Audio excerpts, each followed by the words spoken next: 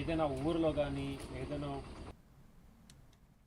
నెల్లూరు జిల్లా ఆత్మకూరు నియోజకవర్గం సంఘం మండలం జెండాదిబ్బ గ్రామంలో భూమికి సంబంధించిన వివాదం వెలుగులోకి వచ్చింది. 2010లో లేఅవుట్లో ఇళ్ల ప్లాట్లు కొనుగోలు చేసిన సుమారు 59 మంది కరోనా సమయంలో తమ గైర్హాజరును అవకాశంగా తీసుకుని కొందరు స్థానికుల సహాయంతో కబ్జాలు జరిగాయని ఆరోపించారు.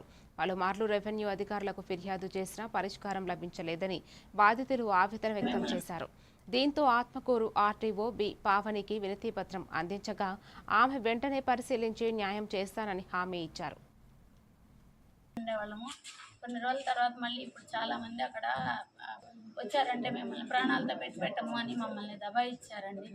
అందుకని మేము ఆర్డీఓ గారి దగ్గరికి సహాయం కోసం ఆత్మకూరుకి ఆఫీస్కి వచ్చామండి. పెట్టారండి, ఆ గ్రూప్ ద్వారా మేము వెళ్ళి కలిసాము. అప్పుడు ఏమీ మాకు న్యాయం జరగలేదండి. అందుకని ఆర్డీఓ గారి దగ్గరికి వచ్చామండి. అక్కడ లోకల్లో జెండాదిబ్బ సంగం మండలం జెండాదిబ్బ గ్రామంలో మారం రామకృష్ణారెడ్డి అనే అతను లేఅవుట్ వేశాడు సార్. 2.5 ఎకరాలు వేస్తే దాంట్లో అందరూ పేదోళ్ళు, ఉన్నోళ్ళు, లేనోళ్ళు అందరూ కలిసి తలా ఒక ప్లాట్ లెక్కన దాంట్లో ఉద్యోగస్తులు ఉన్నారు, పేదోళ్ళు, నిరుపేదలు ఉన్నారు, సైకిల్ మీద వ్యాపారం చేసేవాళ్ళు ఉన్నారు.